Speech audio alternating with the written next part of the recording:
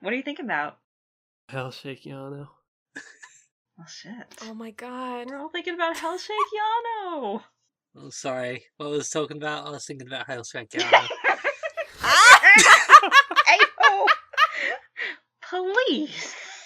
きっと約束だよいつかまた同じ笑顔で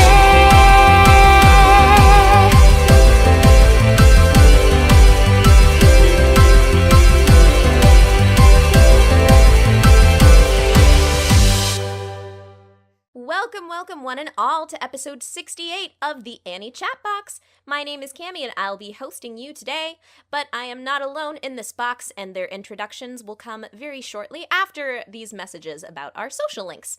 If you would like to get in touch with us at Twitter, you can reach us at twitter.com/theanniechatbox. Send us an email at anniechatmail@gmail.com. We accept anonymous and non-anonymous viewers.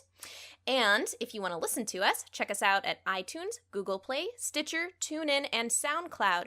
And of course, if you find it within your heart of hearts, especially relevant now that the news of KH3 is out, check out our Patreon at patreon.com/AnnieChatbox. That being said, there are many wonderful people here with me, and we're going to start with the gentleman who is currently still drowning in a bucket of his own tears, crying about a silent voice in 2018. It's Craig. Hi, Internet. How's it going? If you haven't seen Silent Voice, you're missing out. It's really damn good. Dang right. Mm-hmm. And those other two voices you heard included our gentleman Brit of the box, and that is Jonathan Joestar. Hello there! Indeed. Currently not drowning in any tears, but maybe your hands are cramped a little bit from working and painting another figure? My most recent tears were manly tears from watching recent episodes of My Hero Academia. But we're not Pretty talking manly. about that here, so... My Hero Academia is for any gender. Almighty manly tears. Also some Deku tears, but still. I can get that. Goodness. Those are sweet babby tears. Also, I know currently crying angry, raging tears at being called a weeb for the 100th time when she is not. There is our occasional ghosty host, Suki. Hi, I'm Suki. Nice to see you all. Again. I have some special news for everyone listening out there. If you've been listening to us for a little while, a long while, you might be familiar with our Double Up episodes. Now, these episodes tend to happen when we have a huge slew of shows on our lineup that we have to review. That puts us basically at a point where we'll be reviewing shows about 2 to 3 seasons out of when they air, and it tends to make us worry that they might not be as relevant to discuss. So, sometimes we will pair up 2 shows and do a full episode of a review and another review back to back. And we are going to start doing a couple of these in the future. We have them lined up to alternate between single review episodes, I believe. When Cassie comes back next week, I will have her clarify the schedule. Yeah. But that being said, we have 2 interesting shows to review today. The first off is Pop Team Epic, or in Japanese, Paputepi Piku. There, I was trying to pause to get the rest of you in there, but then I was like, nope, I'm just going to talk over them. Yeah, I was like, I don't want to ruin it. And then I was like, she wants us to ruin it. Shit. It's okay. That's what we do over here. We stumble over each other, but it's all in love, all in good faith. And the other show that we will check out is Love is Like a Cocktail, or Osake wa Fuufu ni Natte kara. But we are going to start with the best of the best, I think, objectively, and that is Pop Team Epic. So let me lay a synopsis and other details on ya. So, Paputepi Piku turns absurdist comedy up to 11 with its pop culture references and surreal hilarity. With 2 bona fide high school protagonists, the short and exceptionally quick-to-anger Papuko and the tall and unshakably calm Pipimi, they throw genres against the wall and don't wait to see what sticks. Parody is interlaced with drama, action, crudeness, and the show's overarching goal, to become a real anime. I feel like they changed that from the last time that I checked the Mal synopsis, and I really like that synopsis. Whoever updated that did an excellent job. Yes, props to Mal Rewrite, thank you. And then the studio that did Pop Team Epic is Kamikaze Doga. Other titles that they have worked on include, I don't think I've heard of any of these. Yeah, I haven't. A lot of shorts, including, Restart Pointer, Jujika You and I, and something called Co-Colors. And they're either shorts or OVAs, I'm not really sure. Yeah, it looks like they've done some OVAs and some movies, but they aren't really well known for anything. But I think now they probably have a full-blown identity, being just Pop Team Epic. Yeah. That's all you need to be. Indeed, indeed.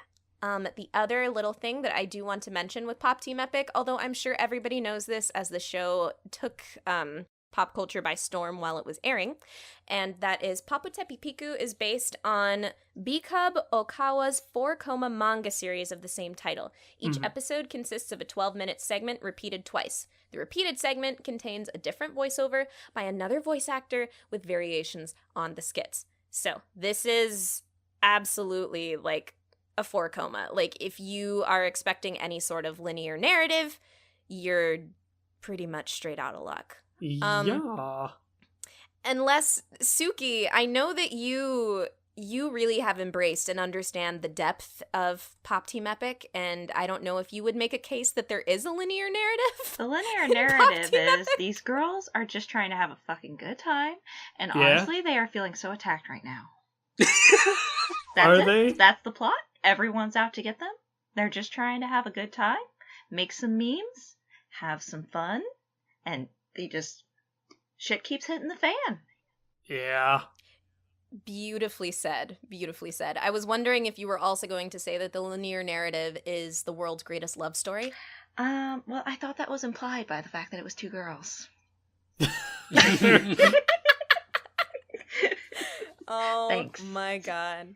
Strong points there. Thank you, I tried. Air snaps. Nice.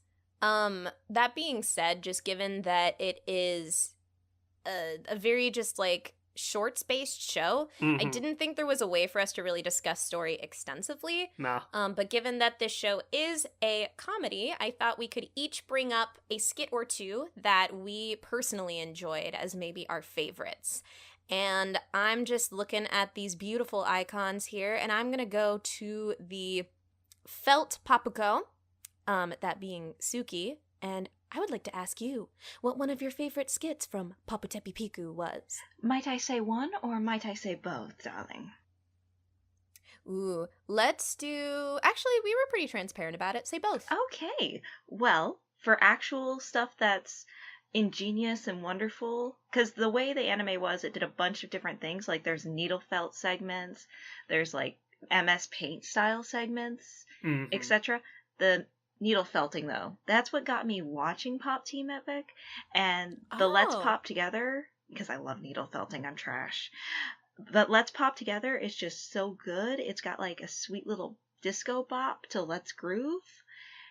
It's just perfection. All the needle felt skits are amazing, but that one, just fine as wine. And then also, there's a skit in, I think it's episode 3, where Popko goes, I gotta get a side job. Yeah, it is episode 3. And PP just hands her a gun and goes, do it. And I'm like, okay, well, hired. Carry on. It's like 15 seconds, and it's the best 15 seconds you'll ever see. Ever. Yep. That whisper of, do it. It's just so perfect. Excellent. Excellent choices there. Thank you. Gregory, what about you? What are some that you liked? Just wanted to say before I reveal my favorites in this show, that comedy is subjective from person to person. So to say like what my favorites are, some people may not view as funny as the rest of us. Also, shout outs to the anonymous viewer who recommended we save this show from the depths in the winter 2018 season. It was definitely a show worth watching, both dub and sub. I'll talk more about that in the production later. That anonymous viewer sure is smart. Yeah, right? Regardless, out of all the jokes in the show, the one running gag that I liked was the Eisai Harumasukoi. It just started in the Bob Epic Team skits, if I recall correctly, and where Popko tried to essentially see if it would catch on, but eventually it caught on to a point where I was like, I myself started doing the Eisai Harumasukoi dance. IRL, and I was like, "Hey, Sai Harumasukoi! Hey, Sai Harumasukoi!"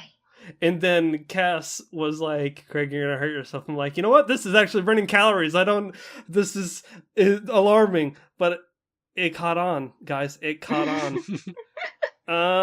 And the second one, these episodes are formatted in such that they have skits and a long form skit in each part on the male side and the female voice acting side.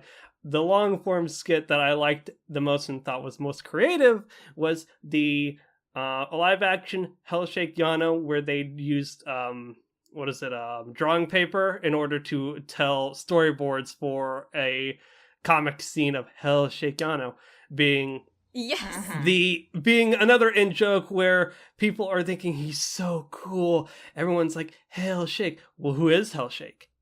He's a rocker, baby. He's a rocker. He's a rebel without a cause. Exactly. So to see this just with two guys just playing with pieces of paper to storyboard out a whole entire scene was really creative. Like, I didn't know if it would overstay its welcome. It didn't overstay its welcome, considering this skit took like 6 to 8 minutes of the albeit 12-minute episode.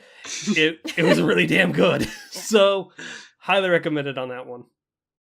Nice. The intricacies of how that was storyboarded, like there were like pop out sheets, there were like they'd pull them from the side, they just like it just got so elaborate, and even just that, like the technique based alone, like I remember Get and I watching it being like, wow, like they're not stopping. It just keeps getting better. That's it, where it's like it starts out like, why are we watching this? Oh, that's why we're watching it. Okay. Hell Shake. It's like the longer it goes on, the better it gets somehow. You're just like, wow, I commend them for this. Holy shit.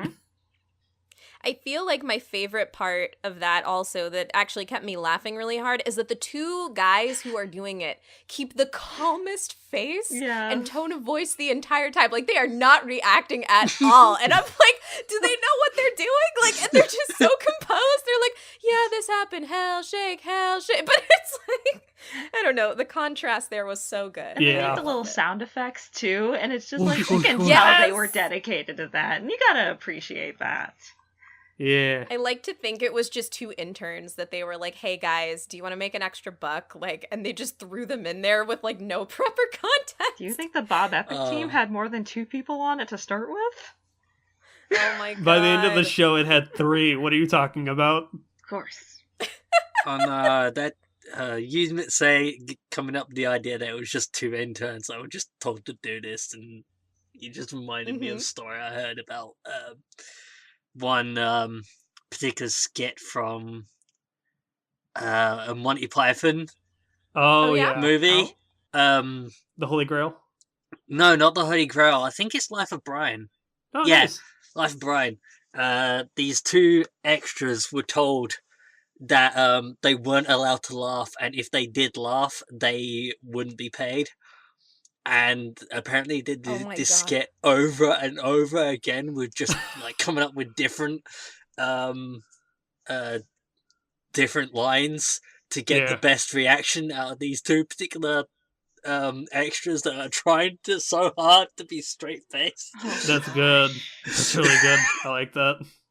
Oh man. That is amazing. And actually, that just brings me to a point. I think it's kind of fair to say this is like an anime form of like Monty Python. They're very similar. Yeah, very much so. Like, I hadn't put two and two together, but now that I think about it, there's very similar things between like any given Monty Python movie and Pop Team Epic. Yeah, the like It's weird to the think delivery about of the humor and like the absurdism, or the absurdity. Yeah, those are pretty similar. John, what were some of your favorite skits? Mine, the ones that have come to mind for me aren't anything like, there was such awesome stuff going on with it. It's just the first one is just one that I just have fun quoting every so often, which is specifically the Mao version of it in the English dub, because it's voiced by Piccolo. Yeah. Oh, nice. Damn you, lightning! You're not even scary! Oh gosh. Yes. Like shouting at the thunder. Yeah. Shouting at the thunder and the lightning, and I just love it. That was an episode 1, I think. Yeah. Yes, you are correct. Yeah. Yeah, it's just that one scene stuck with me, and there was a time where like it was thunder and lightning here, and I was just like, "Damn you, lightning!" You find it the most relatable in your day to day. Yeah. And another one is also, I think, was also from episode 1, was the beef or chicken Yeah. on the airplane. Beef or chicken? Beef or chicken. Beef. I didn't even like understand that one. Like, I remember the quote of it. I say it all the time, but like I enjoyed it, but it wasn't until much later on that someone actually came across someone actually explaining it. It's like, because do you have a beef with me, or are you a chicken? Yeah. Oh. I- And Yeah.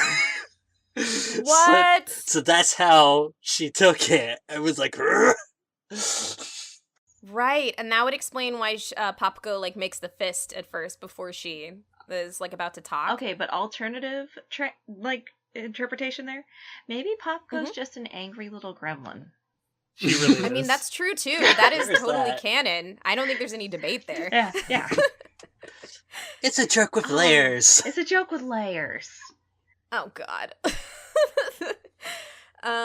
So now I'm just a little frazzled on like what skits I would think of. I'll be honest, here's a teensy tiny little skit that like probably wasn't funny to a lot of people, but I feel like it encapsulates me as a person.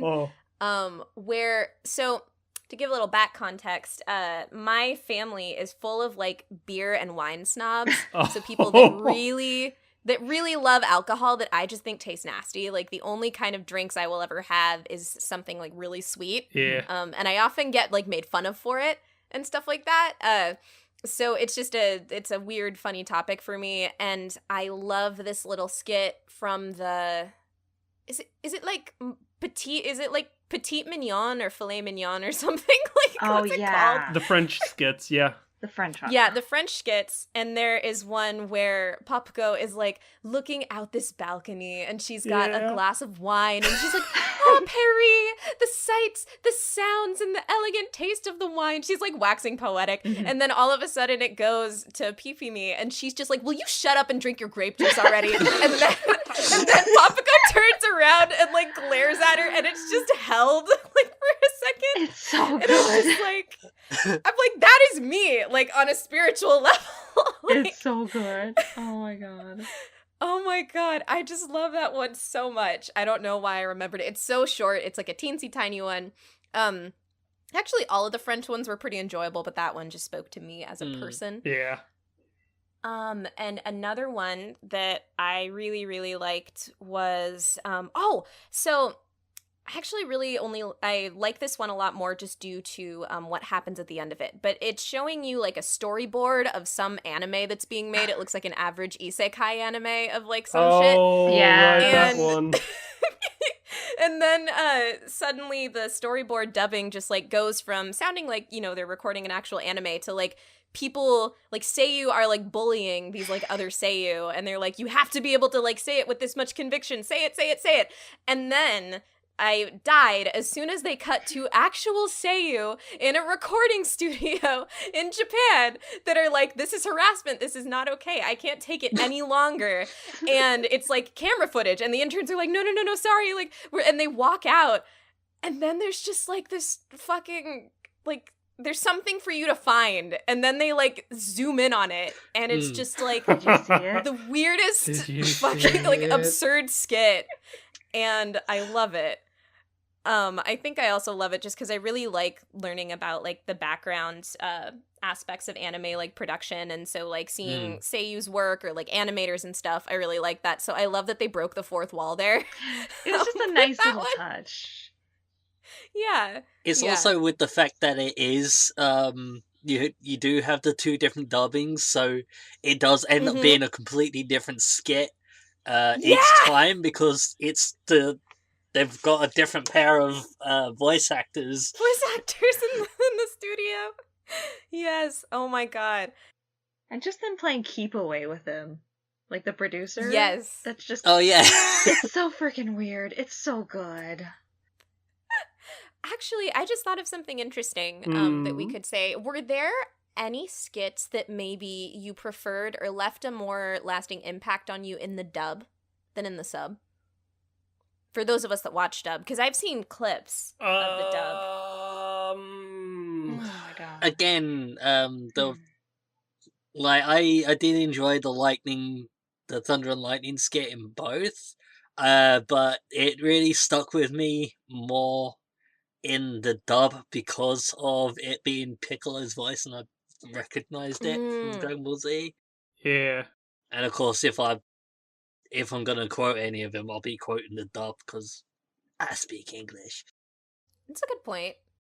I would say, and I think that it actually falls in line with episode 3, where there's Suki, quote or correct me if I'm wrong, but like there's the episode where Papuko oversleeps, and the dub voice actress who voice acts for Toru from Miss Kobayashi's Dragon Maid, which her delivery on freaking the fuck out of the fact that she overslept, and then at the end of the episode she's like, I'm gonna break this alarm clock. And then she just sits there the entire time while the credits roll. I'm like, God damn, this is a really good dub. Okay, I did love that skit too. I love that you've got 30 minutes. And then it's just like, it's the looping animation of her hovering there.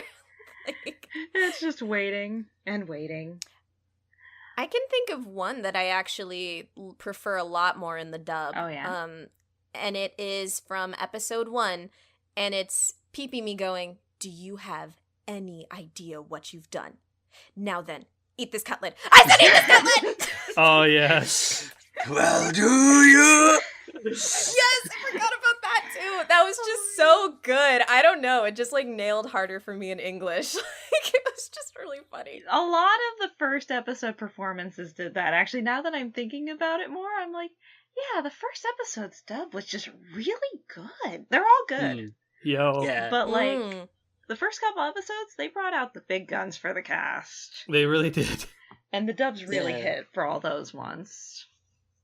Yeah. I gotta say, it's proof that the show is relevant still, even now that we're on the cusp of hitting summer anime season, by the way. And Crunchyroll will still tweet out Pop Team Epic. One tweet that I saw with the clip was center of my universe. Center of my universe. It's so good, dub and sub. It's so good. So good. Oh my gosh, nice. Ah. Let me think very quickly to wrap up story. One thing that I guess I wanted to ask you guys is, crud, what was it? Oh, I feel like the show is either kind of a love it or you hate it. Yeah. Do you guys think there's like a middleman? I feel like reception-wise, this show, either you kind of love the absurdity and you enjoy it, or you just really, really can't do it. You can't handle it. I liked it, although I guess I had to get used to it. Yeah. I would say, like I said at the front of this, your enjoyment will vary because it's a comedy. So, like, we have friends here that liked it more than others. I would say this is more enjoyable in groups or watching with the singular person to at least kind of like bounce off of laughter, because laughter is contagious, as they say, right? So it's just kind of like, oh, look at this absurdist humor. I laugh at that. Or maybe, you know, it's just like you can enjoy their company doing laughing rather. To say if there's a middle ground to this, even episode by episode, there might be skits that you might like, but someone else might not like so much, and vice versa. Yeah, that's true. You've also got all of us picking out different things that we personally liked, and that we got quite a variety of answers. I think it just kind of That's wears a good you point, down. yeah. Like, you start out at one level and you like go in with your expectations and you're like, oh, well, this thing isn't my kind of joke, but I like this other thing. And then as you go into the episodes, you get like, oh, Bob Epic Team is kind of getting funny. This is weird. Okay. Oh, I'm laughing at Bob Epic Team. Genuinely.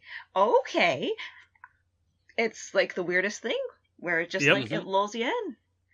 It's like you sit in it's like you're a lobster and you're in a nice pot of water and they're just lovingly raising the heat. Except it's Bob Epic Team. Yeah, you just don't notice it. God. Yeah. And the next thing you know, you're like, Nya, Nya, I'm an alien, Nya. Oh, like, right. No. Nya, Nya. Nya, Nya. Get out of here. Nya, Nya. Nya, Nya. Let me think. Okay. Important question. This is leading into another section, but you guys will figure it out immediately. Okay. Papago or Pee-Pee Me? Can't have one without the other. Ooh. You gotta have your Pee-Pee Bay. You gotta have the Pee-Pee Bay. The Pee-Pee Bay. That is a spicy hot take. That you can't have one without the other as your favorite character. I mean, it's like you have to have the foil character too, and that I use that term very loosely when I say foil to Popco's anger. You need to have someone to rein her in. It's like that singing skit where it's just like, "What did you? Don't copy me!" And then she's like, "Run, run!" That one's so good. I want it on the record that we were probably ruining like 25 to 30% of the skits in this goddamn show for people, but still. It's been like 3 months now. Come on. It's true. And again, Crunchyroll is out there every day, like spoiling all the damn skits, like boasting. They're doing the Lord's work. Yeah. The Lord's work. There's one thing that I want to say about this series before we really do truly move on, though. Mm-hmm. I was actually hesitant to get into this series at all. The one skit that actually sold me on it was effectively a shitpost of a shitpost series. Nice. And it was the xylophone skit, but someone put the someone took that skit and put the Danganronpa execution music to it. Oh, okay. I didn't see that. Yes! And that is what actually convinced me to give this series a try. I remember that. I remember when you shared that, and I was like, this is brilliant. Yeah. Also, Cammie, to answer your question on Pop Team Epic Best Girl, while Craig is right, and you need them both, Popco is Best Girl, and I'll fight you over it. Just saying.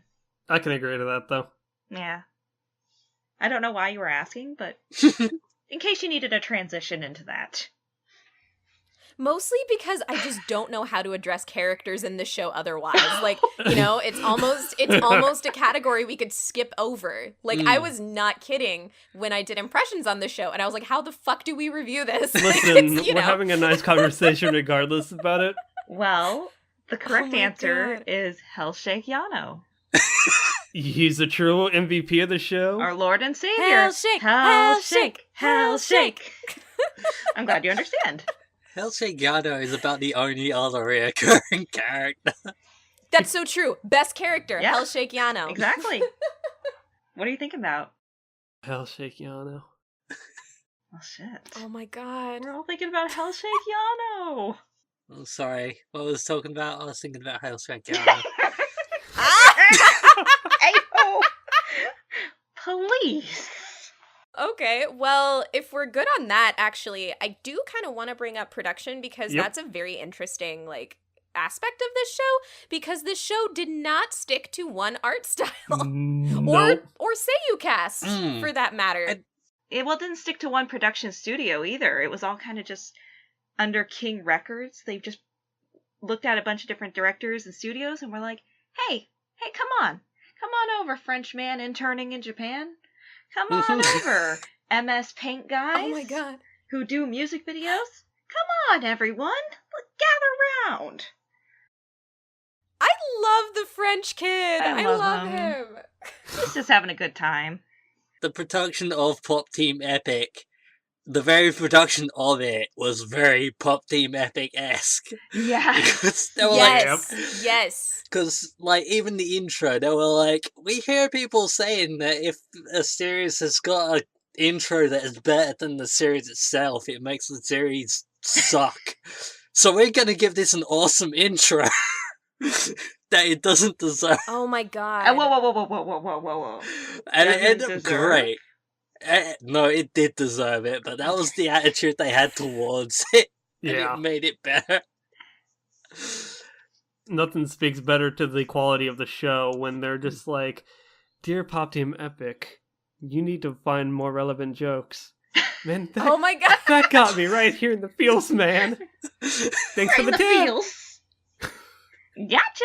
That I love the meta in this show. But I think you make a really good point, is that the production of this show is so dedicated to the show's content and its craft.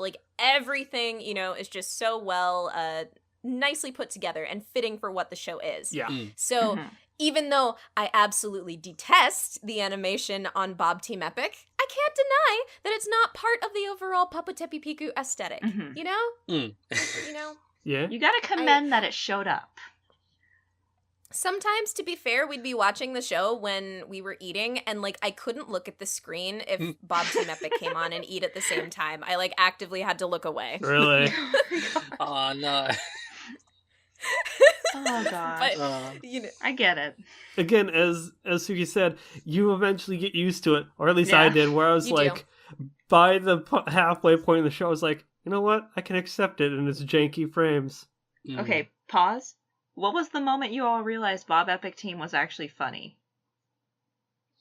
Ooh. Did you have an eye-opening moment where you just sat up and were like, oh, wait, what the fuck? Sai Harumasakoi.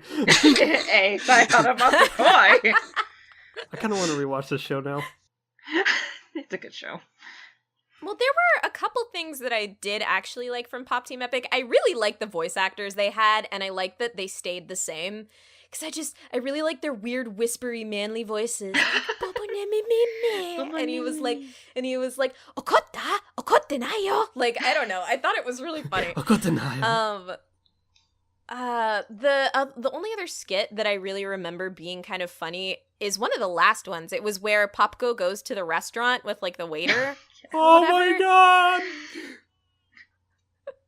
Yeah, and the water, and I don't even remember half that shit, but it was ridiculous. Well, I hit that point, I think I hit it earlier than everyone else, I think, because, I was watching it, and I was watching it with Cassie and Craig. I don't know who I was watching it with. Cassie was there, though, and she was less than amused. And I was like, It was the bird feed skit, which was so Oh. freaking stupid. Oh, that one was really good. But I sat there and Yes. I was the only one laughing, and everyone else was like, "What are you finding funny?" And I'm just like, "He wants some bird food."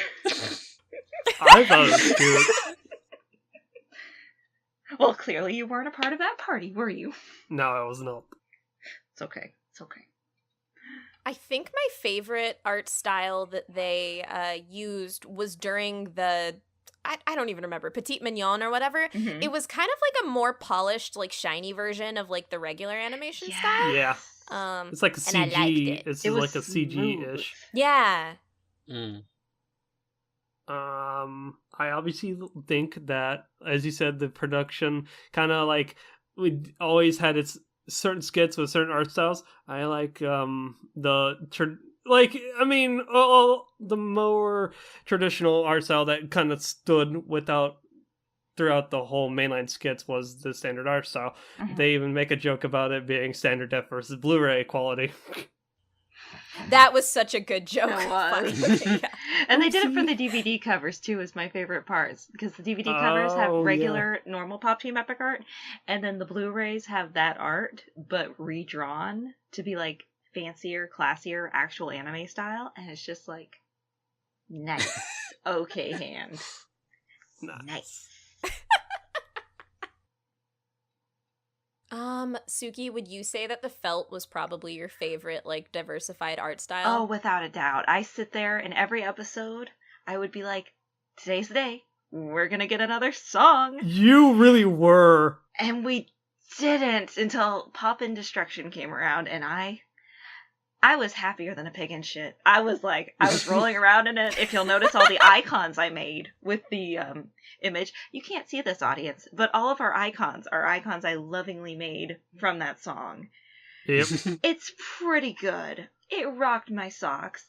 I love it. I love the fact that the first episode we got to see Uchi Summer, I think is the artists, actually sculpting the characters. Yeah. And it was just such a nice little touch.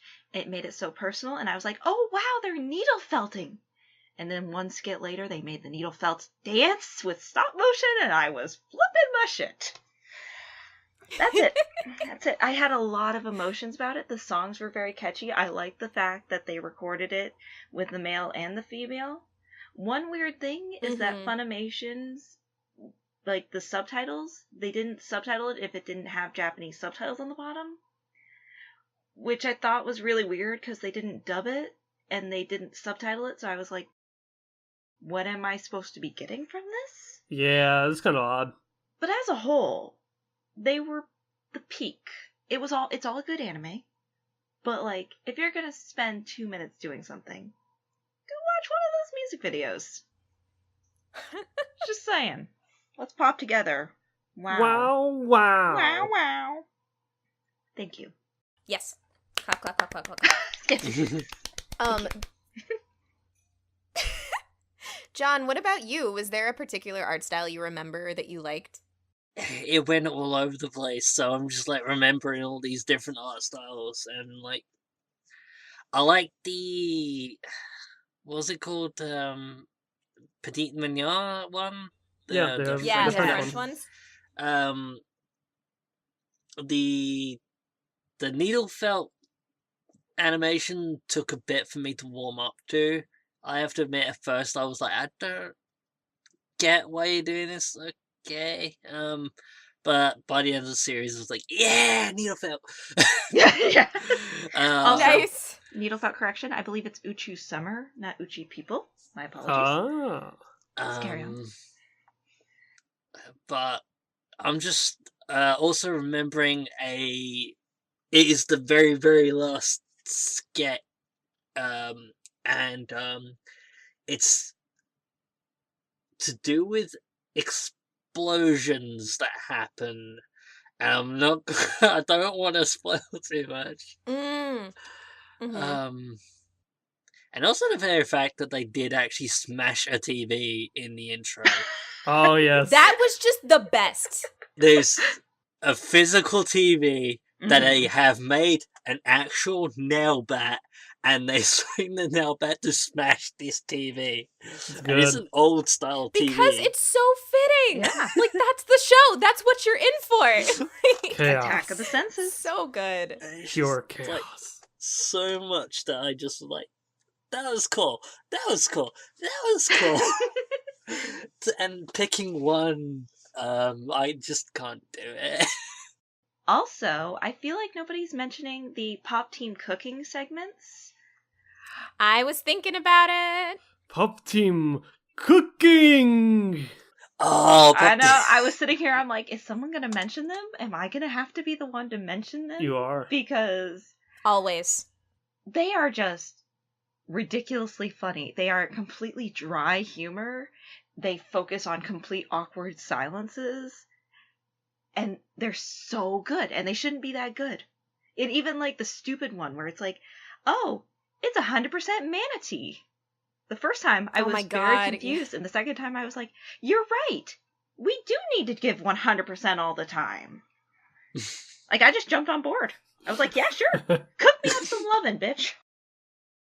The art style on that one always bothered me because it was like just off enough, you know? Slightly. Like the colors were like dark and like it had the motion lines that like Mhm. never stopped moving and like it wasn't that it was like unflattering, but I was just like, why are we here? Like why are we doing this right now? But you know, that's kind of what the show wants you to react like in general. Yeah. They never want you to start to feel comfortable. They always have to keep you off guard. They made a stellar omelet. no. Oh, best. I just had an idea Yeah. for something really dumb that I'm gonna have to do, No. like almost immediately after Recording ends now. Edit. Edit. Edit. Do it. Stay tuned, I'll folks. make it, and we're gonna have to link it in the description of this video.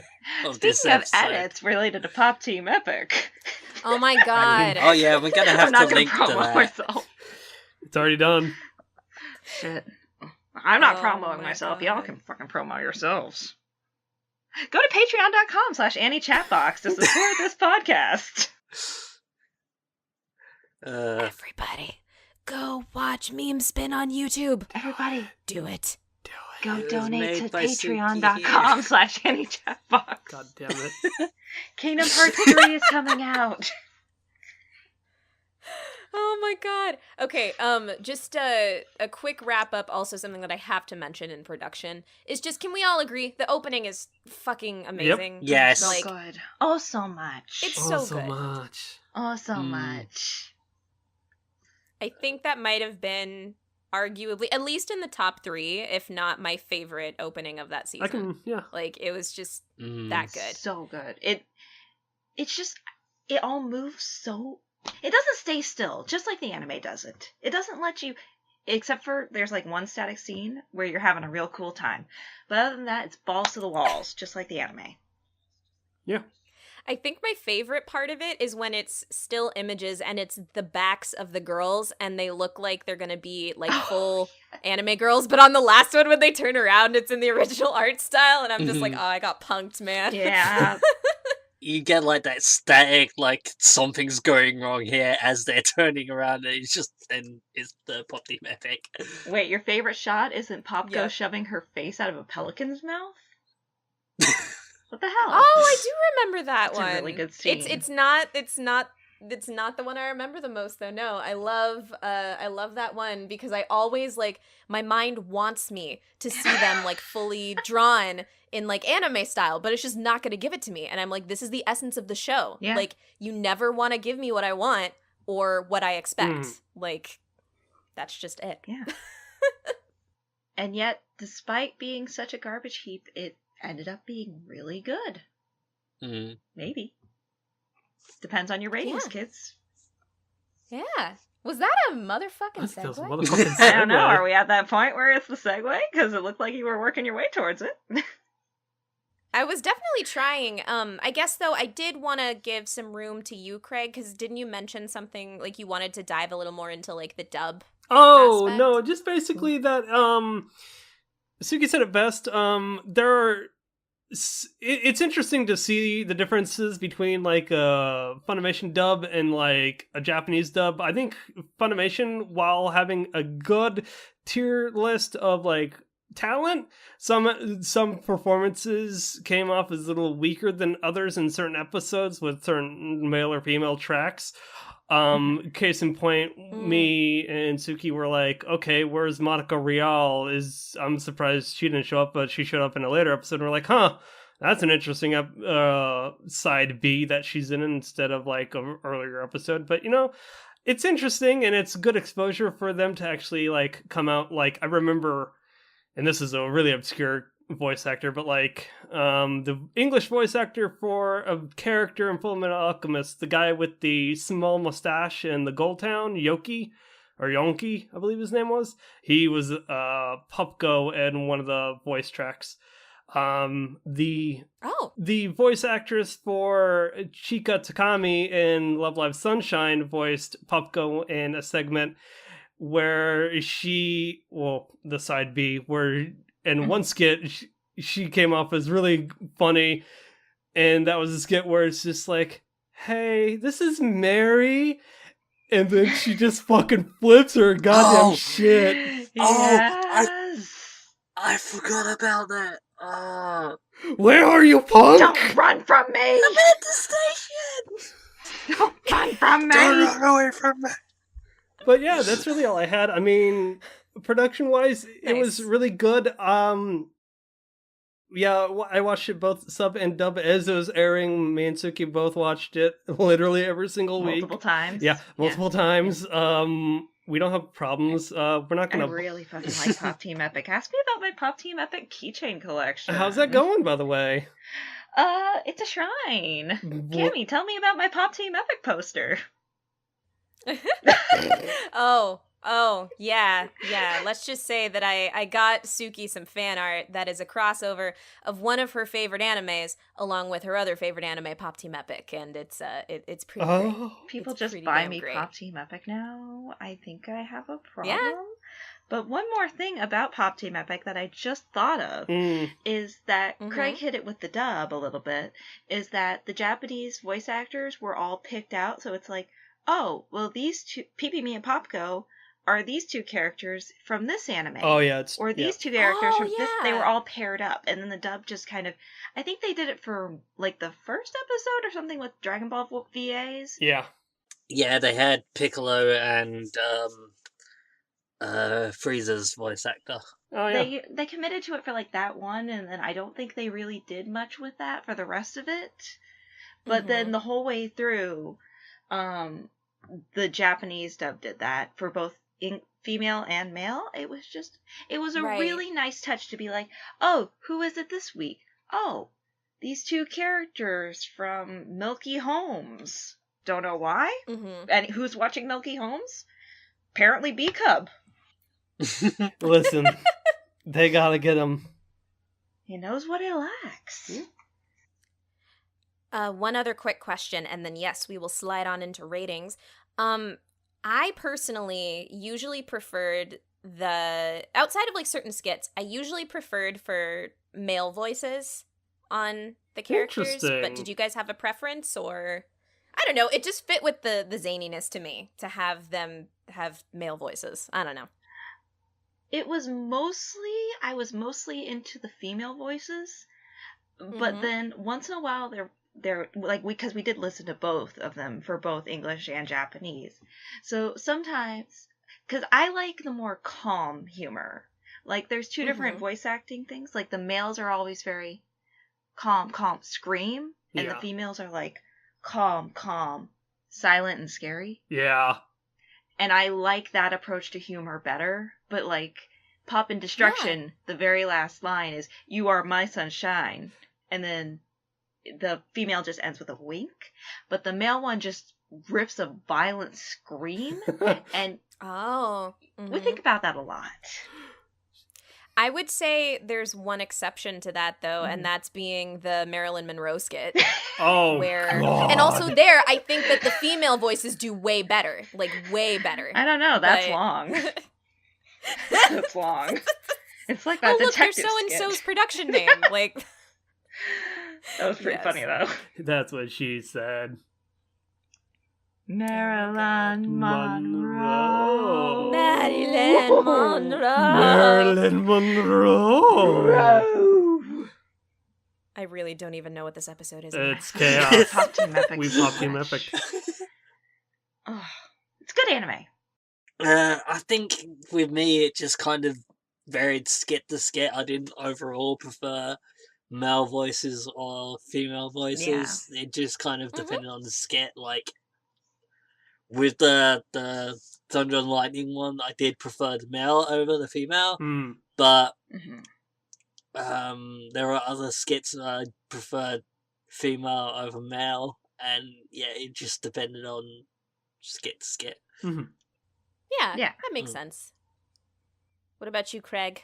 I'm in the same camp as Suki, where typically I found the delivery, the punchline to a lot of the female acting was kind of like more poignant, rather. I feel, oddly enough, I felt as though the female voices kind of like fit better with their personality, rather. But again, the male gave us "You Are My Sunshine," Shaw. So I can't complain. Again, again, and it really kind of depended too on what. So obviously the Japanese dropped before the English did. So like, if there was a certain skit that me and Suki did not really dig, we kind of were like, "Do you want to skip to the next skit?" Honestly, like, IMO weakest skit was the Tekken crossover with Hikaru no Go, and yeah, that was like that episode did 6. teach me one of my favorite comedy routines. So, you know, it's not all bad. I will take this half second to say, Yes. You are the motherfucker. You are the motherfucker. You are a motherfucker. Which is too bad that never got in there. There were Season 2, baby. There were a lot of really good ones. Like, has anyone picked up the manga actually since it hasn't come out yet. I've read the manga. Oh. But it hasn't come out yet. It comes out later this year, right? Fair. It comes out in August, I think, and then the second volume is like December? Yeah. Don't quote me on that, but... Gotcha. Also, the Pop Team Epic line stickers are just top-notch. If anyone isn't using them, they should be. Feel free to make a Japanese account. Well, you have to use a shopping service, but get the Japanese stickers. They're animated. Nice. Hashtag promo. Hashtag ad. Full blown. All right. Well, I'll settle us into ratings. Sure. And for unknown reasons, just totally randomly, Suki is going to be the last one to give a review on this show for no particular reason at all, just because I chose so. Obviously, because I just know that Pop Team Epic is perfect. Ooh. Yeah. So, that being said, I'll go first and say that I initially had the show on my impressions list, and boy, am I glad I did. The show was just a lot of fun and, like, kept me on my toes the entire time I watched it. I did not sink it because it was bad. I sunk it because, you know what? At the time, I didn't think we could really do a review on it, and at this point, I'm, like, 60% believing that a review of it can be done, but, like, you know, it's it's an anime that, to me, doesn't, like, it exists beyond a boundary of, like, needing reviews and criticism. Because Pop Team Epic does not give a fuck about you, about scores, about, like, air numbers. Like it said in the mal description, it just wants to become an anime. Like, they're here, they're ready to be an anime, go for it. It had good sales, though. Yeah, and apparently they found out they could. They could be a very good anime. And I think that while sometimes some episodes were weaker than others for me, I always wanted to tune in each week to see what was going on, and I'd say overall I had a fun time with it. I would give this show a like it personally. Like, I don't know, I guess it has rewatch value, but I don't know if it's one that I'm, like, ready to rewatch yet. But maybe we'll see in the future, and maybe it'll get a love it from me then. But now I'm really good with the solid like it. I do think that everybody should check it out. You will know probably right off the bat if it's your cup of tea or not. Absolutely. What about you, John? I think I echo your sentiments really closely. Again, because of a few reasons, when it first started airing, I was very put off, and I didn't even check it out until everyone started posting about it on Twitter and stuff. And again, that one particular skit that was captioned, I'm going to shitpost about a shitpost anime. Mhm. And it was the one skit that had the audio from Danganronpa playing over the top of it. That actually was like, no, maybe I should actually give this a try. And then I ended up having Cassie and Craig. I think Craig was involved. I think. But definitely Cassie dragged me into watching it with her. Mhm. It might have been Cassie and Suki. I actually can't remember. I know I was watching it with Cassie and someone else. It's all good. You watched Well, it if you watched regardless. it with Cassie, you watched it with me, because I watched it with Cassie, and I watched it with Craig, and I watched it by myself, and... You watched it with Zach. Oh, You watched it with Yeah. you watched it with everyone. yeah, I did. You're gonna give it better than a 6, right, John? I did end up watching it both dub and sub, which is the only other thing that I am keeping up with it in both dub and sub is My Hero Academia. So, but can I really justify giving it a love it? It's a very, very strong like it. I can see reasons why people would be really put off of it, because I was put off of it, but I did give it a try and really enjoyed it. So Nice. give it a try, you might be surprised. Mm-hmm. Nice. Just like I was. Craig, you know whose turn it is now. Cass's? I mean, I can go get her. She's in the other room. Oh my She's in the gosh. other room. Out of no context. Surprise guest! Just be like, so, what's your opinion on the current anime Pop Team? No.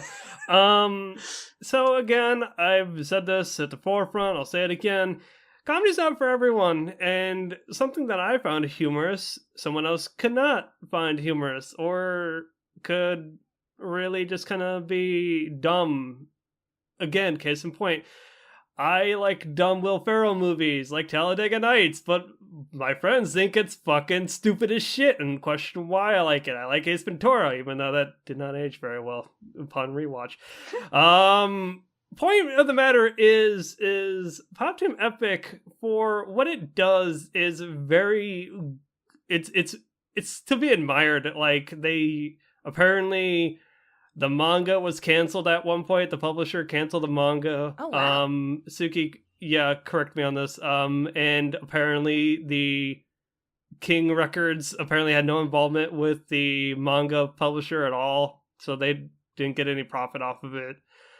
Point of the matter is, would I like or love this show? I watched it both dub and sub. Would I watch this again? Yes, I would, just because it's enjoyable. I honestly think just as a show by itself, to show to someone to see if they would laugh at it, is something I want to do with my family, like my siblings, because I'm going home during the summer. I want to see if my sister and my brother would like Pop Team Epic. So bottom line, I would say love it. Nice.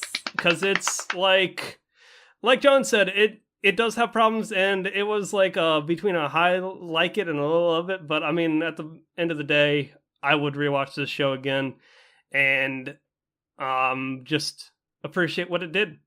Memes and shit posting memes all the time, and that's my style of humor. So yeah. Finally, So, some good Craig- fucking reviews. Whoa. So, Craig, what I took away from your entire review is this. It's, hey, I'm Ricky Bobby. If you don't chew Big Red, then fuck Yep. you. Hey, I'm Gregory from the Annie Chat Box, and if you don't like Pop Team Epic, then fuck you. Ringtone. Beautiful. Better than a 6. Beautiful. And to correct you, it is Take Shobo is the Thank you. the publisher of the manga. King Records is just anime related. Thank you. They're a music company, and they took the helm of the project. But Take Shobo is the publisher, and they just canceled Pop Team Epic. And when Pop Team Epic came back, they were like, "Seriously, guys, fuck Take Shobo." Like, you can see a bunch of comic strips about that. That's like, oh, here's a spot for all of our favorite fans, and here's a spot for our enemies and producers at Take Shobo. Yeah. It's just shit like that. It's really good.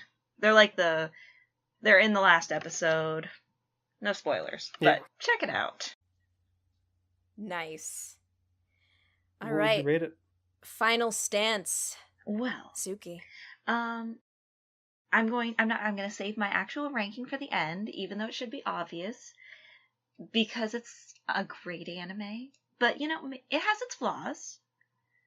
But when you're looking at the package overall, you can see that it's got a lot going on, and maybe it's not for everyone, but every single person that watches it has to get something from it. Mm-hmm. And Well said. it's really good. And if anyone gives it a 6 ranking on Mal, they're wrong.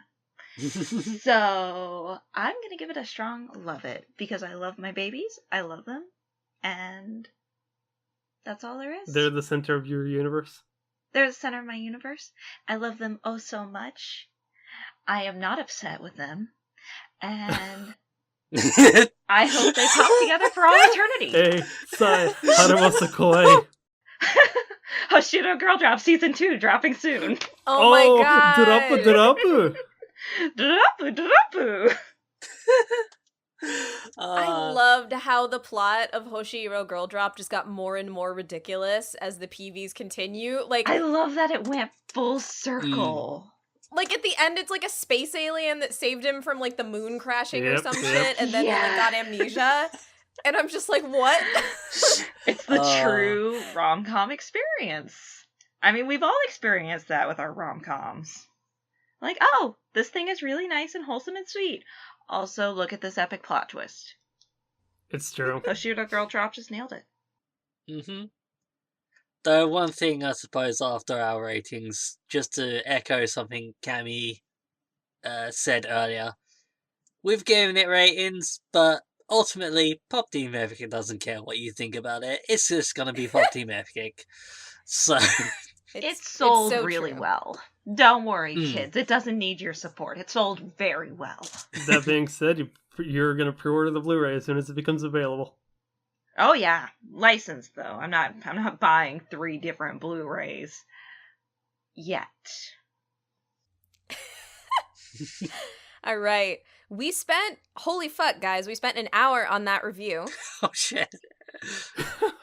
Y'all made a fucking mistake. A mistake, because it should have been 2 hours. Is that what you're saying? No, it should have been 20 minutes. You brought me on. That was your first problem. Also though, before we fully close out, we wanted to give a couple of recommendations. Oh, yeah. If you liked or loved Pop Team Epic, there are some other shows you could check out. And again, I am going to turn it over to our expert, Suki. Well, I think that for the comedy style, it's very bop, bop, bop, one punch after the other. And Nurse Witch Komugi, which is a KyoAni anime, that's like, it's 5 OVAs, it's quick, it's painless, it's a bunch of referential humor, it's got characters that have drastic mood swings. They're similar. Okay. Check it out. It's cute. She's an idol. They're singing. There's a lot of similarities now that I'm thinking about it. Like, there's... You're selling me. You said idol. They're singing. There's girls. They roll around in a bathtub together at some point. Oh. It's basically Whoa. Pop Team Epic. Wait. It's not a hot spring, but it's basically Pop Team Epic. Except, without any of the Pop Team Epic. But it's really funny, and it's got a bunch of otaku humor. It's good. Nice. And that's like a lesser known title, I think. So I really appreciate you dropping that. It's from So 2003. people check out Nobody some cares of the about good 2003 oldies. anime at this point. No. But you could, viewers. Check it out. What about you, John? I know you had one as well. In some ways, like the 4-comma style of it and just the zany humor, that can just come out of nowhere. It reminds me a little bit of Nichijou. Yeah. With just like how things can be blown out of proportion. I'm not sure what the English title of Nichijou is. Just daily life, right? Yeah. Yeah, it's like My Daily Life, I think. Yeah. Not to be confused with Daily Life of High School Boys, because that's a completely different set of humor. Though that's another thing you could probably enjoy. I don't know. But who knows? But just how like in Nichijou, it's like, you embarrassed me, so I'm going to pull out this chain-fed minigun and shoot you to shit. Because, what? I got bitten by a dog, I'm gonna scream and shoot a laser beam from my mouth and blow up the moon. What?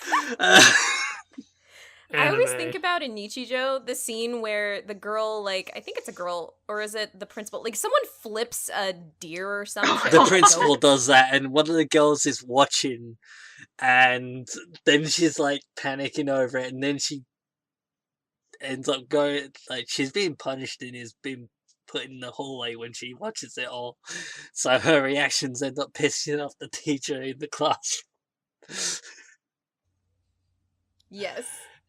That is a very good choice. Yeah. I appreciate... Actually, they both are. I appreciate both of those. Okay.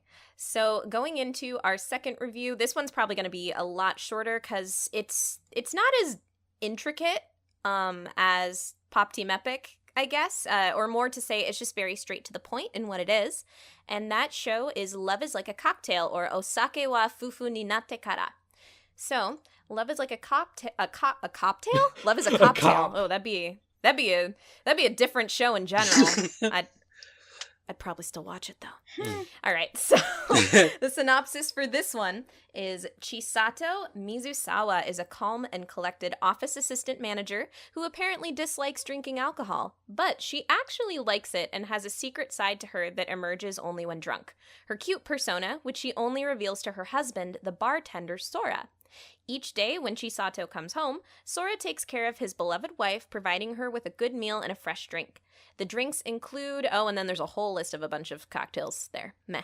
But as much as she likes alcohol, she loves her kind-hearted husband more, and together they share a life that is filled with happiness and more than the occasional cocktail.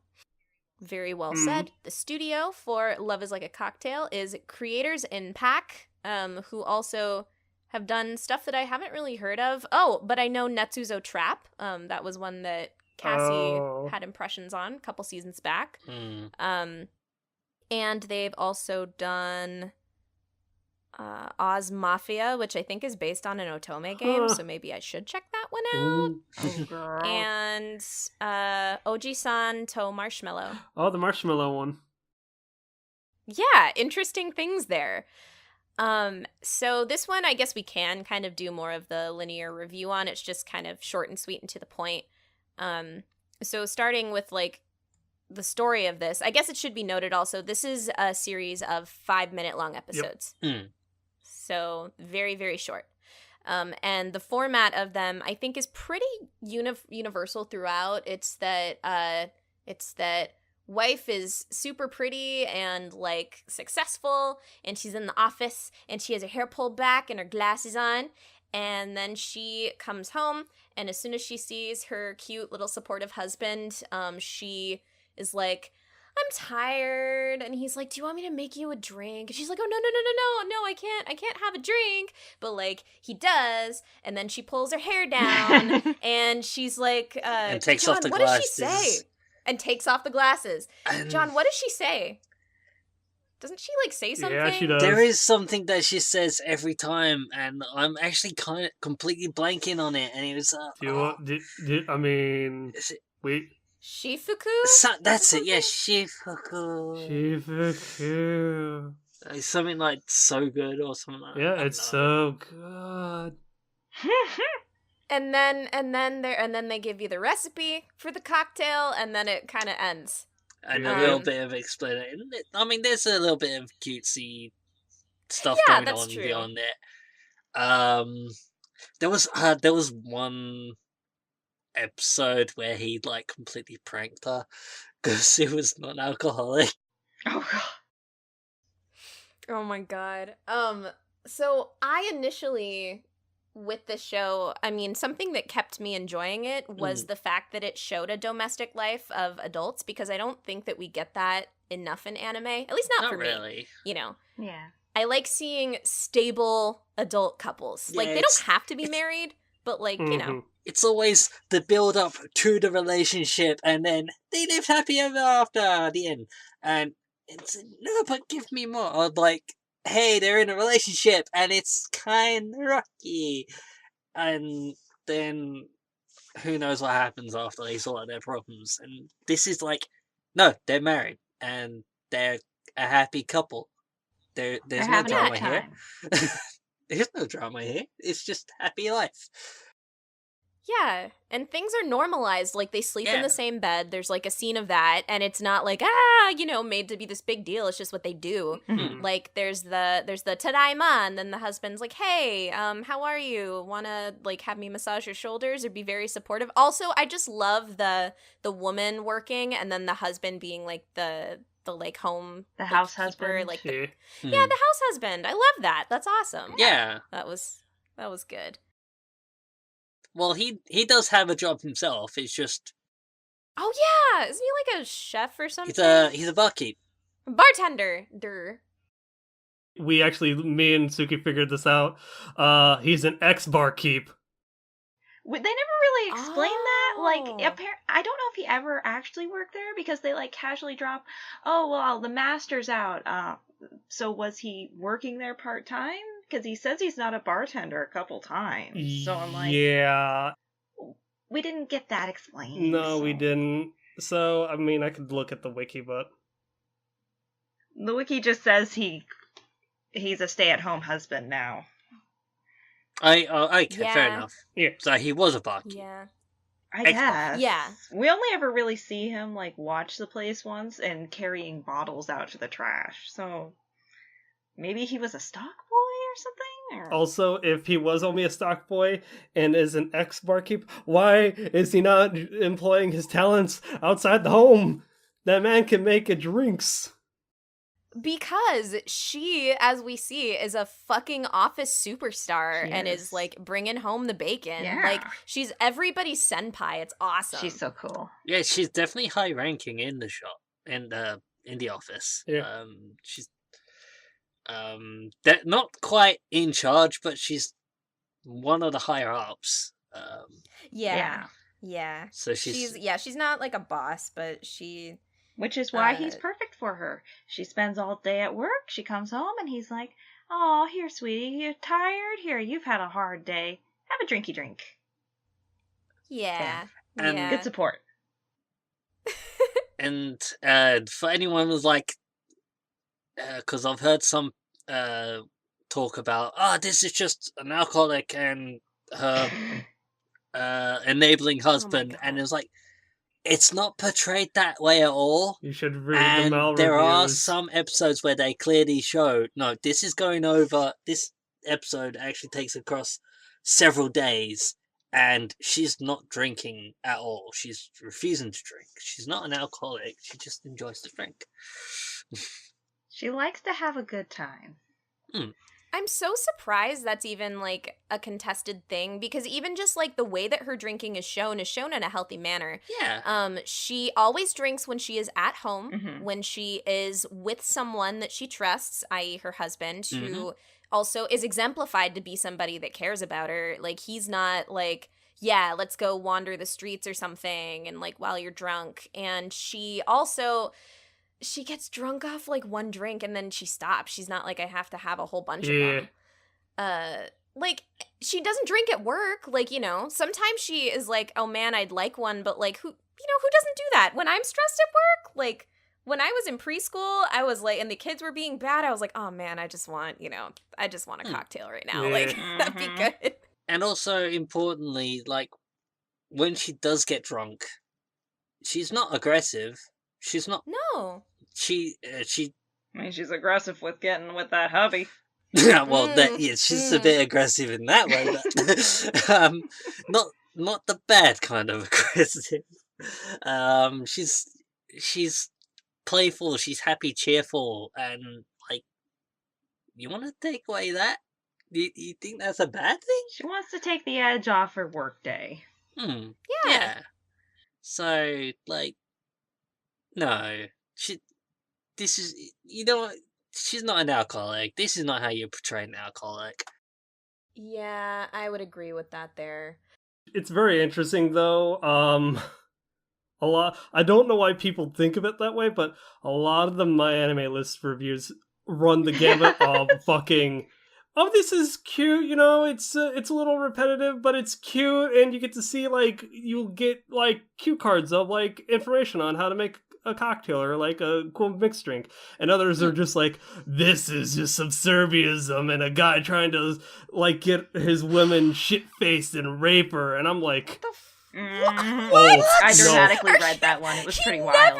Yeah. He never ever makes the move on her. Ever. It's all her. Dude, it's Yeah, bad. You touched her shoulders one time. Get your facts straight, Cammy. God. Oh my god. I'm out of here. Sexual And even, harassment.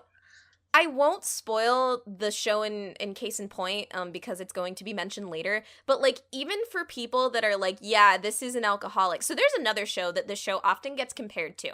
And I'm gonna make a point right now that the female lead in that other show has a much unhealthier relationship with alcohol than the main character in this show does. Craig, it's your show that you're gonna mention. Wait. Oh, yeah. Yeah, no, she's depicted often as almost like rampaging when she's drunk. But anyway, to offset that, like, this show has alcohol at the forefront, but it's not expressing it in a problematic way. Like, I really don't think it is, and I think it baffles me that I think people just see that the focus is on alcohol and immediately fly to like these assumptions. Yeah. So, yeah, that's my stance on that. But then, do you guys, again, this is going to be super short, do you feel ready to go on to characters, or did you want to stick on story for a little bit? Just wanted to say, me and Suki watched this over the course of an hour today, and while it's weird because I think to myself, this show, premise-wise, is pretty okay. I felt as though I kind of wanted to see more of the supporting cast.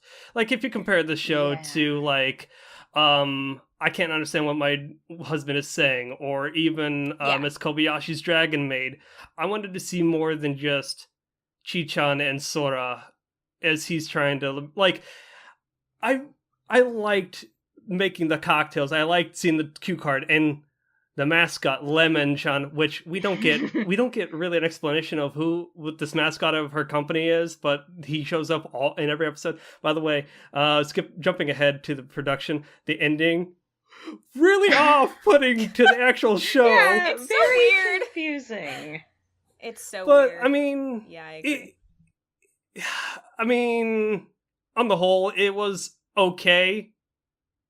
But yeah, I kind of wanted to see more of the characters. So I guess that kind of could serve as like a Interesting. Jump off point to characters themselves. Because they did that in one episode. And it was really nice because it was like, oh, well, this is how this part of her day affected all these other people. And we only saw it once, and I was like, oh, is this going to be the start of something new? And then I was like, no. Now she's just going back home and having a good time with her husband. But, like, I'd like to see a little bit more of everyone else, too, you know? Yeah, we just got You can only make snippets so of many it. cocktails for her. I mean, there's a scene where the other girl's drinking sake. Like, you got any sake tips, guys? You want to take me over to that couple for a few minutes? Yeah. And there are other short form shows that have shown the ability to be able to delve into like the side characters and expand the world. So yeah, that's kind of a mark of, the show probably could have done it if they pushed a little harder. Yeah. But yeah. I think the main reason that wasn't a complaint for me is because I just feel like there's, again, I just want, like, healthy, stable, like, adult couples in anime. Yeah. And so that show gave me that in spades, and those moments really are kind of what carried me through watching the show. Mm-hmm. Oh, absolutely. I think one of my favorite scenes is, like, I don't remember if it's when they were watching a scary movie. I think it was. And she's drunk and she's like, no, I'm scared. Cuddle me. And she's just like nuzzling into him and stuff. And he's like, you're not even scared. She's like, yes, I am. Even though she's just like trying to get cuddles. I was like, if that ain't my real life, man. Listen, that's just... you give the girl a little whiskey and she gets a little frisky. Oh! Hey, yo! Yes. What was the full quote that you said, Suki? It's a line from a song that says, rain makes corn makes whiskey makes my baby get a little frisky. I love it. Pretty classy. I said it like 5 times. That girl, man, when she gets drunk. But the thing that really stood out amongst all the episodes, in my opinion, was the hug. The hug for like 30 seconds or something. Yeah, 30-second hug. Yep. And then, so again, her coworker... That was some really adorable moments to do with hugs. Yeah, and then she hugs her coworker, and her coworker, Yui, hugs her husband. And I'm like, this is how it affects the other characters. And just kind of like my gripe, if you call it, is just like, again, they didn't show the other characters, and that one other brunette girl... her other brunette coworker kind of got the most shafted the most, rather, in terms of character screen time development, whatever you want to call it. She's like, yo, you want to hang out? No. Okay. Also, apparently this manga is like 9 volumes or something. What the? Oh, yeah. Yeah. It's 9 volumes, and it's not a 4-coma, by the way. You can view it on Amazon. No? Yeah, Amazon Japan. It's... Nope, volume 10 comes out August 9th. It's ongoing. Yeah, and they're like full volumes. They're like 140 pages each or something. Yep. I was actually sitting here thinking, like, I had seen that there is a manga to it, and I'm like, I wonder if there's actually a lot more to the manga than, like, even with the parts that we saw, if there's actually a lot more to the manga series in general. So then that almost makes me wonder why it got executed the way it did. And I can think of 2 guesses. And they're actually kind of synonymous. So because alcohol is so at the forefront, and given like the really strict laws within Japan's like censorship and the FCC and stuff like that, it was probably really tough to even get the anime adaptation. Interesting. Or it was a budgetary thing, or both. Just thinking about like levels of censorship in anime, there was a time where Kuzu no Honkai was airing, and in the first episode, like the 2 main characters make out, and and it was done at like a 10 p.m. time slot, and the Japanese FCC was like trying to get the show banned because it was too explicit. The kiss that they had was too explicit. Yeah. So do we know what time slot this aired on? Because like she's doing moaning faces and stuff too, so it could have been a later time slot to start with. Yeah, but like even then, I guess it's just like I feel like there maybe is a lot of buckle down on content that you are allowed to show in anime, and maybe that led to kind of having it the only options for it were like subpar production and release. Like, to be fair, from what I've viewed, Suki showed me the volume 1, and then on Amazon Japan you can click the preview image. The chapters seem pretty short too, give or take. This was not translated, so it does follow the same structure. I wouldn't even call it breadwinner. The working lady goes to work, she comes home, Sora's there, and then it shows a cue card with the lemon-chan, and you're like, and chapter end. So it's, for it to have 140 pages and then like 160 as it turns out. 160 and 10 volumes. I mean, that person's got to have a vast knowledge of fucking alcohol and beverages, mixed beverages, because there's some that are non-alcoholic in this show as well. There's got to be a plot that Yeah. comes up eventually. Yeah, or again, expanding upon more of the characters. But if, as you said, the censorship, that is an interesting aspect. I never thought of that. I honestly kind of took it as the manga chapter format were short form as it seemed like. But like I asked Suki, it was like, I don't know if I could watch this as a long form. Maybe if like they fleshed out the characters in a 20-minute episode and like showed her hanging out with her coworkers and then her going home and then it ending in a cute card, I could probably watch that to see more of the cute lives of all these characters. Mhm. But as it stands, it was mostly just Chi-chan and Sora. So That's a good point. Maybe they were also worried that it would be too derivative, so they were like short episodes or no Yeah. go. Yeah. Who knows?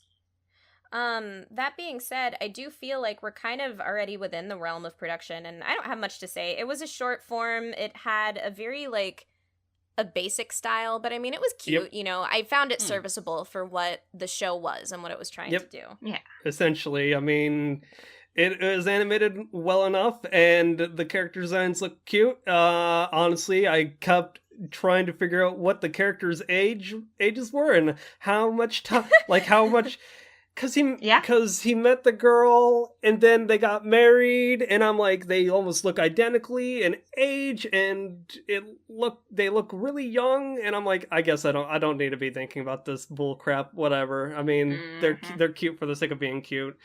And again, Lemon-chan.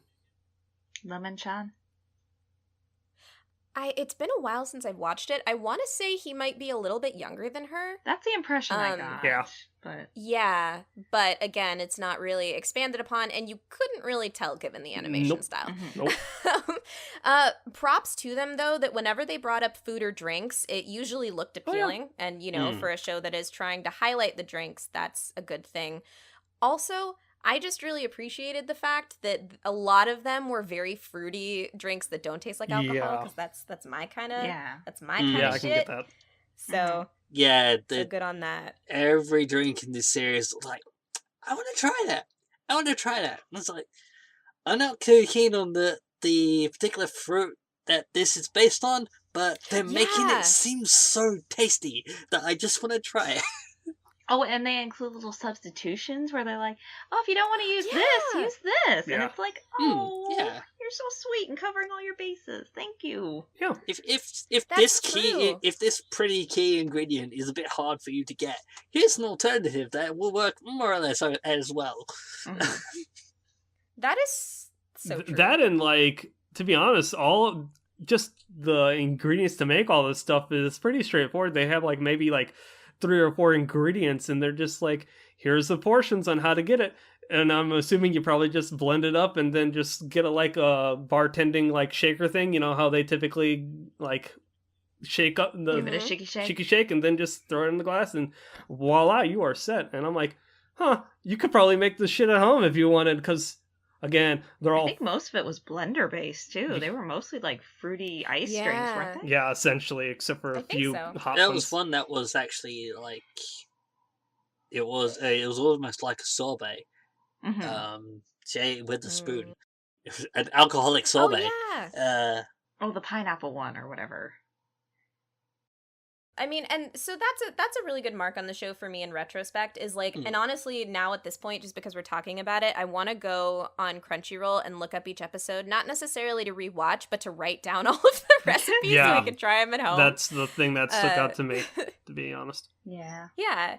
And that's a good mark. That was something that I also really enjoyed while I was watching like Yuru Camp, for example, with all of the food, and then I like ended up trying to make some of the food. Nice. So that's a good aspect in this show, and I appreciate it for that reason. It's also one of the things I'm liking about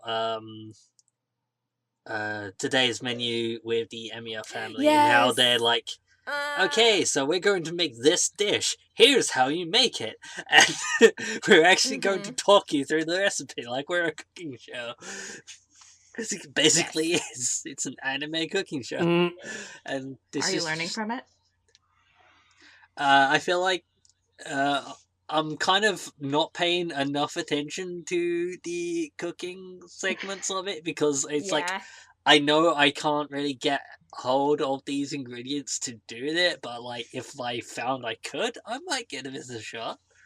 They make it tasty. Yeah. To be fair, this is like kind of apples and oranges, but like Food Wars has the same like sort of premise. They don't tell you how they cook the food, but they tell you all the science and all of the like ingredients and how everything goes into the dish. But like you're like, holy crow, man, that is like elaborate how they cooked it. And then Yukihiro Soma's just like, it's done, let's go, thank you for the. It's like, all right, dish is served. All right, what did you think of it? And you're like, it looks like some good mapo tofu. I kind of want that mapo tofu. Shout outs to the Fate Heaven's Field movie for having mapo tofu in it. Nice.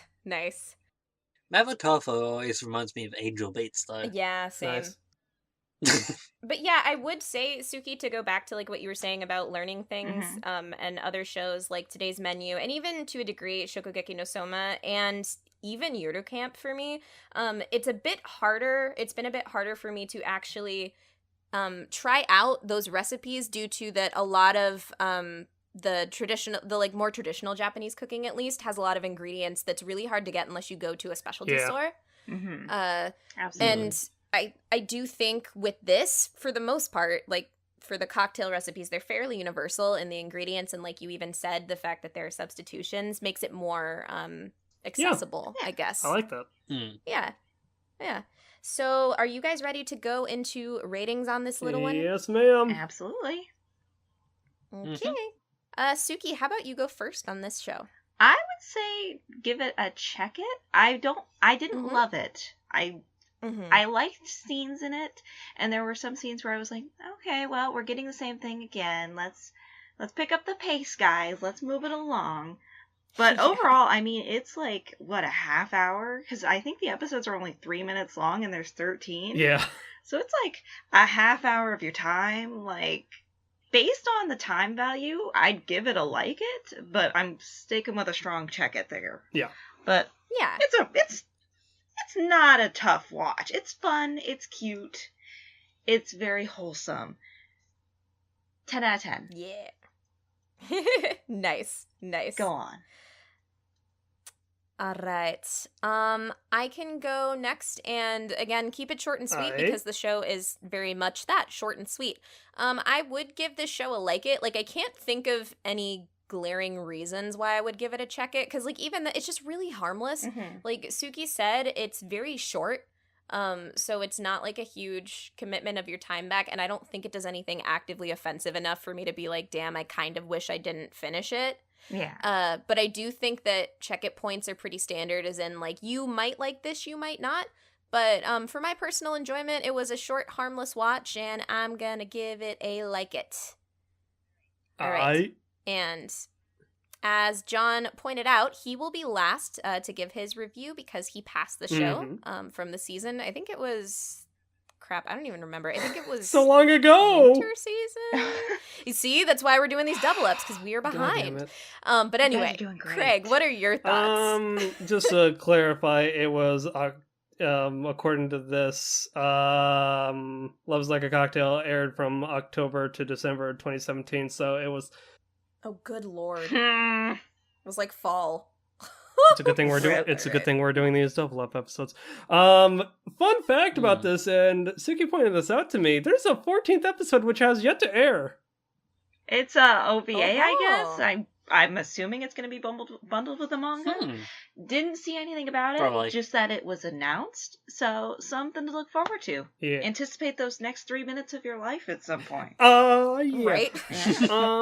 But yeah, I kind of mirror what Suki said in terms of it's cute, it's harmless, it's wholesome. I mean, it's just the home domestic life of a stable adult relationship with guy that essentially is being the stay-at-home dad or husband figure while the woman does the work and she's high up in her work life. I just kind of wished we saw more of that, like more past just the cue cards of the alcohol. And while their interactions were cute, it's I don't know. I should maybe I'm being a little too harsh on it, considering it's a freaking short in 3 minutes, and what can you do in 3 minutes besides show a cute? It's like a punchline. It's like a joke. Again, this is like going back to Pop Team Epic. How do you necessarily critique a show that's based around a gimmick, or like you have setup, punchline, and then laughter, or oh man, it's working on a set essentially. You're trying to see if that gimmick will work, and apparently, based on volumes, you said Suki, there's 10 volumes. This is working for whoever's creating this work. That said, I feel as though, again, I kind of wish to see more outside of just the domestic life. Maybe we may get more. It could probably, I hope it's more expanded upon in the manga. Otherwise, that or this person's a fucking wizard when it comes to beverages. So this, yeah, and they're able to create their own and probably have their own successful bar in the process. And this is just their side gig.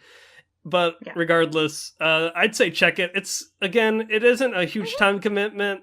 But there are probably deeper short form shows out there.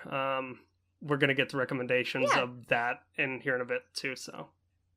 Yeah. All right, John, you are up. Yeah, thinking back to it, the only reason why I ended up picking this up in the first place was because one of the series that I had for the season didn't get translated You are in correct. the end, so I couldn't watch it. And this was like, this is something I am already watching, and it's short and harmless enough that I could pass it. The only reason why I can think of anyone being strongly adverted to watching this at all is if the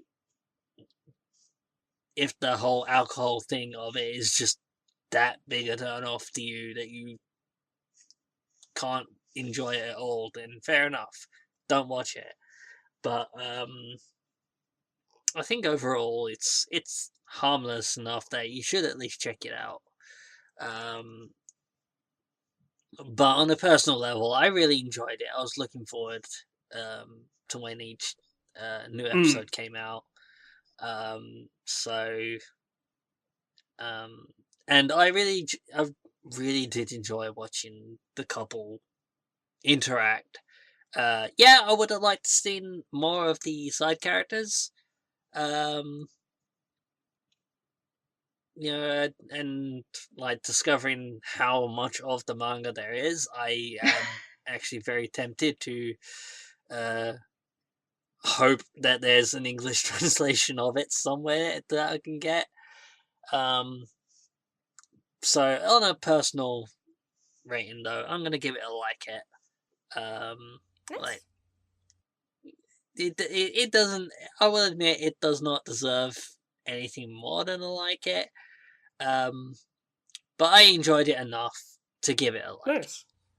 Yeah. Okay, so here's a question for you all then. Maybe me and Suki's opinion was kind of like painted because we watched it all at once. Did you guys watch this weekly? Like was the break in between each week, each episode, did that like kind of like, all right, what are we going to get this week? What are we going to get this week? Whereas me and Suki essentially were just like, oh, that's a good point. we were just like, all right, episode 1's done. Episode 2. Episode 3. Episode 4. 5. 6. 7. 8.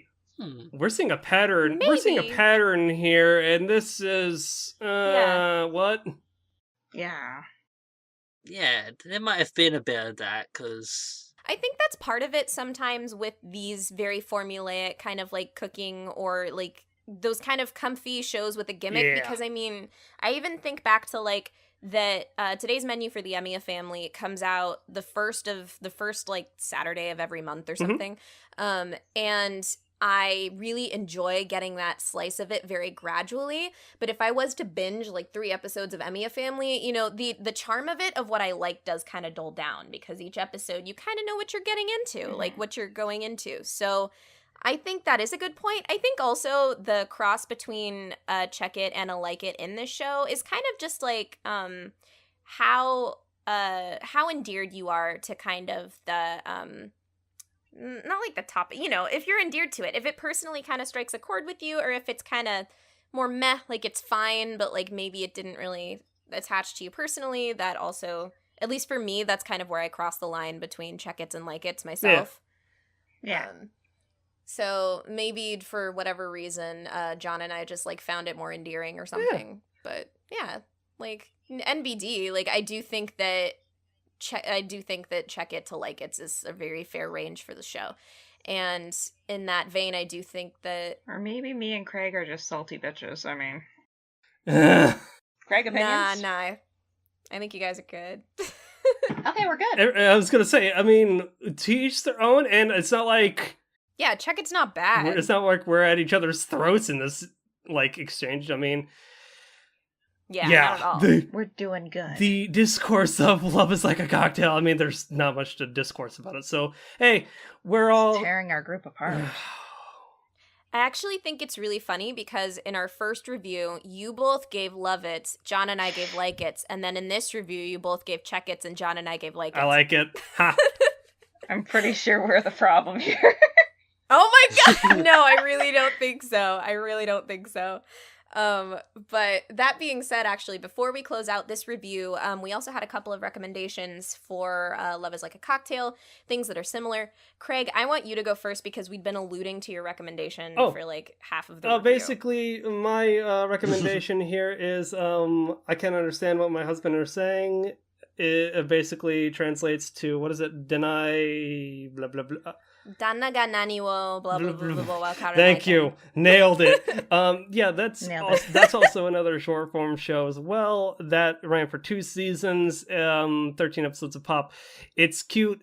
It focuses on a married couple, one that is a nerd and one that works. Again, the lady works and the guy's a complete otaku nerd.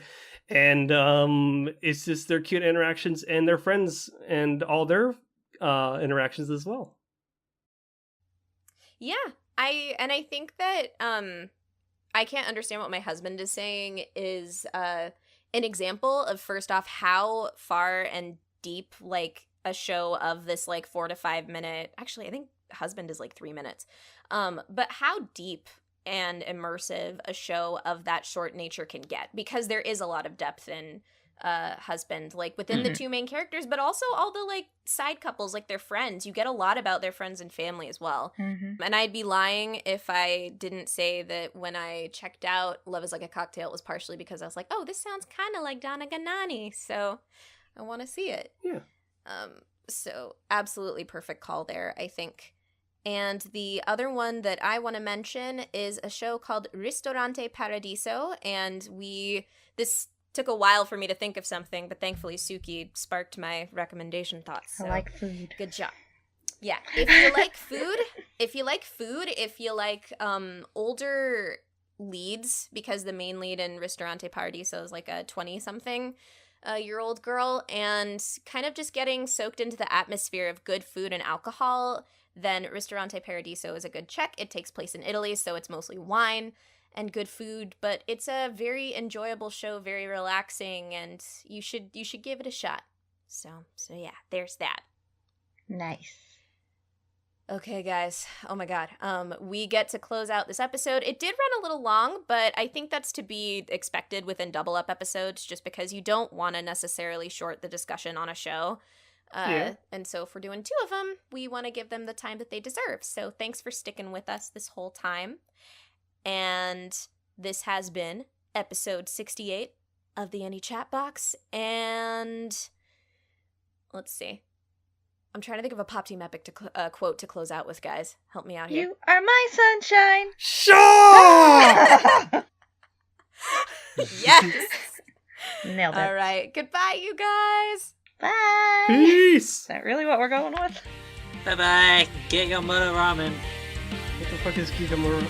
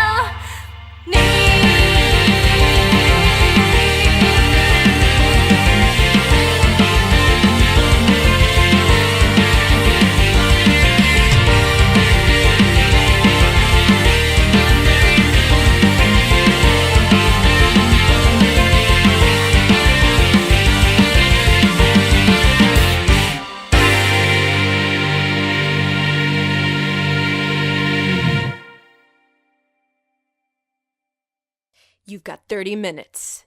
You've got 30 minutes. Do it. Do it. Do you know what you've done? What do you? Eat the cutlet! Eat it!